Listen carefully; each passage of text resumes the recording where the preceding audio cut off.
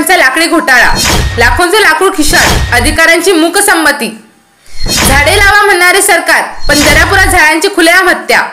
दर्यापूर आशेगाव मार्गावर वृक्षांचा वध, सार्वजनिक बांधकाम विभागाचा भोंगळ कारभार, ठेकेदारांच्या हातून शेकडो जिवंत वृक्षांची अवैध कत्तल.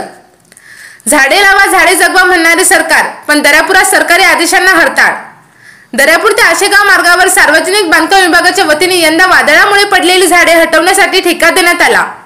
मात्र ठेकेदारांनी केवळ पडलेली झाडे हटवण्याऐवजी शेकडो उभ्या जिवंत वृक्षांची मुळासकट सर्रास कत्तल केली. हे लाकूड लाखो रुपयांना विकून काही ठेकेदारांनी आपले खिशे भरले. अधिकाऱ्यांचा आशीर्वाद.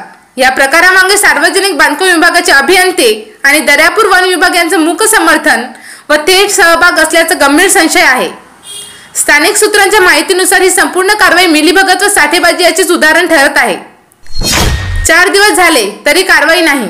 गेल्या 4 दिवसापासून वृक्षांची कत्तल सुरू आहे, पण या काळात सार्वजनिक बांधकाम विभागाचे एकही अधिकारी घटनास्थळी हजर नव्हता. कार्यालयात विचारणा केली असता केवळ उडवाउडवीची उत्तरं मिळाली. वन विभागही नापासच. दर्यापूर वन विभागालाही या संदर्भात तक्रार देण्यात आली, परंतु अजूनही कोणतीही कारवाई केलेली नाही. कार्यालयात गेल्यावर कर्मचारीही दिसले नाहीत. हे सारे चित्र सरकारी आदेश झुगारल्यासारखं आहे. प्रश्न उपस्थित करणारे मुद्दे.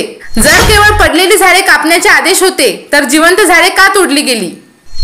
लाकूड विक्रीतून मिळालेली रक्कम सरकारी तिजोरीत जमा झाली का खासगी खिशात? वन विभाग व PWD अधिकाऱ्यांवर कारवाई का नाही? झाडे लावा म्हणणाऱ्या सरकारच्या आदेशाला दर्यापूरचं प्रशासन हरताळ का?